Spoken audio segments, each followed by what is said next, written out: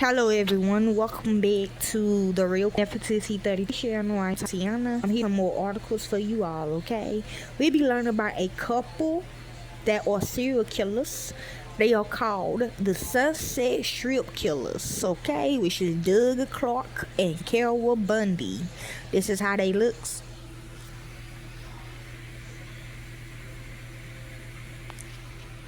They are married and they are trying to separate them, but they gotta stay together, okay? So basically, what they were doing was killing people in the projects and the ghettos, just so they can live in the projects and the ghettos, because that's what they want to live in, okay? It's still happening, whoever stole their shit. But some of them that stole their shit, they either ain't gonna take care of the projects or the ghettos. Two, they are going to kill the people in the projects and the ghettos that live in there just like them. Or third, they gonna do the same shit but live in there and terrorize the ghetto and the projects. Basically shit.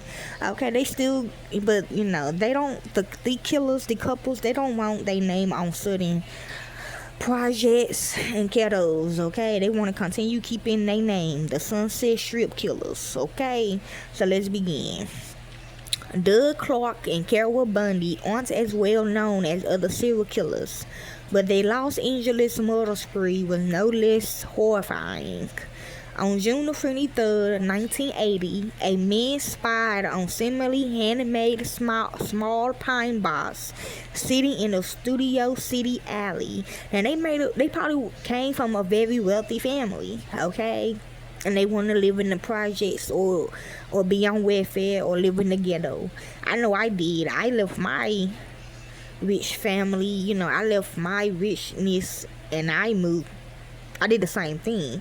I wanted something different and I still do, okay? But I never killed nobody for it, you know what I'm saying? Maybe because you have too much money. But other than that, you can leave all that behind and get help like I did, okay? Curious, he lifted the lid of the box, only to discover a horrifying sight. Wrapped in a t-shirt, printed with the words "Daddy Girls," was the head of 20-year-old S.C. Wilson. I think they killed me before too. But the Sunset Apartments is still alive today. A lot of people don't live in there no more, because a lot of people did get killed in that area. But my Gucci man, he do run it now. So yeah, a lot of people don't live in them apartments no more. A lot of people did die in them apartments, get killed in them apartments. Okay, but it's all over the world now. Okay, you loosely probably thought that growing up, but yeah, it's really bad now. But like I said, some of them just like to terrorize them, like not fix shit. You know, like the movie Hood Rat, when the landlord didn't want to fix shit, you know. But yes, this terrifying find was sent, or they probably kidnapped the kids or whatever, just really terrorizing them, okay?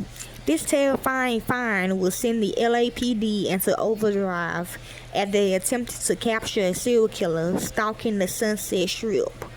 Little did they know they were actually in search of two people during that summer of record high temperatures and crime, where punk fiends fought with mortgages as they spilled out of clubs on the strip. Among this chaos, a man with strange eyes and a plump, unassuming woman drove through Hollywood in search of their next victim, okay? Yes, basically, okay? Douglas Daniel Clark, which the people that live in the ghetto and projects, they actually have an easy life, okay? Ain't gonna lie. Douglas Daniel Clark knew an easy mark when he saw one. Around Christmas 1979, it's about them as a couple, okay? The 31-year-old noticed an awkward, solitary woman drinking at the Little Nashville bar in North Hollywood. From a well-to-do family, Clark was an Air Force veteran who now got his kicks taking money from lonely older women. True, okay? Like I said, he from a well-to-do family, okay? I guess that's what he wanted to be. You know, now they saying people that's in the military, they basically live in the projects or the ghetto now, okay? He was very good at murmuring in women's ear in the country bars and getting them to sleep with him and give him a place to stay. Louise Farr, author of the Sunset Murders, told the Los Angeles Times he was essentially a leech. Okay, his name Debo. The woman's name was Carol Bundy, a 70-year-old nurse at Valley Medical Center in Van Nuys. She was there to watch apartment manager and seeing John Robert Murray, her on and off again married boyfriend, who many compared to a low rent Tom Jones. See what I said? Bundy had a fragile life. Both of her parents were violent alcoholics. Her father had raped her, and her first husband beat her. Carol was terribly abused by her father as a child. Okay, for whoever stole it. Far, trust me, I know they real family. Far, because they were before Christ serial killers. Far told the New York Post, because of that, she became subservient. She would do anything to please her man, and she lost any boundaries. Clark quickly seduced Bundy and moved into her Van Nuys apartment with her 2 sons. Together they began to molest an 11-year-old girl in the same complex, photographing the abuse, which he coming up soon. According to Bundy, Clark began to tell her his fantasies of killing people and sexual sadism. Carol told me she was a mousy little person, and her experiences with Doug were the most amazing adventures she had ever been in. Sound like some rich folks.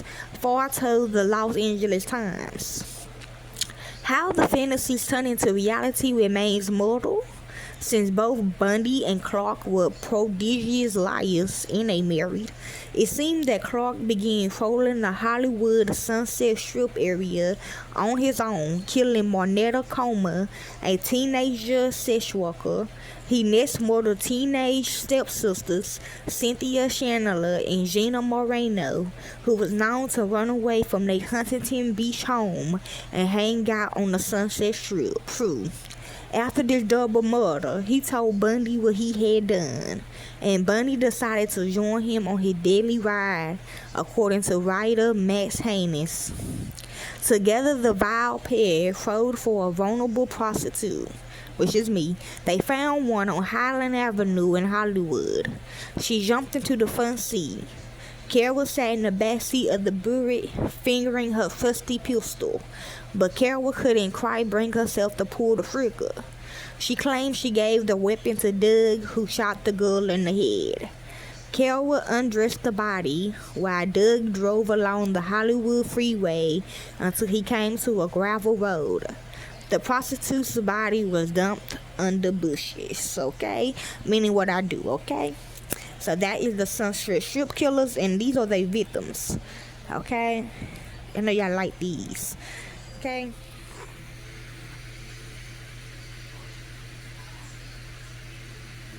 Okay, all my friends, okay? And that's all I have for you all about the Sunset Strip killers, Carol Bundy and Doug Clark, okay? Hopefully this helps you all. Enjoy.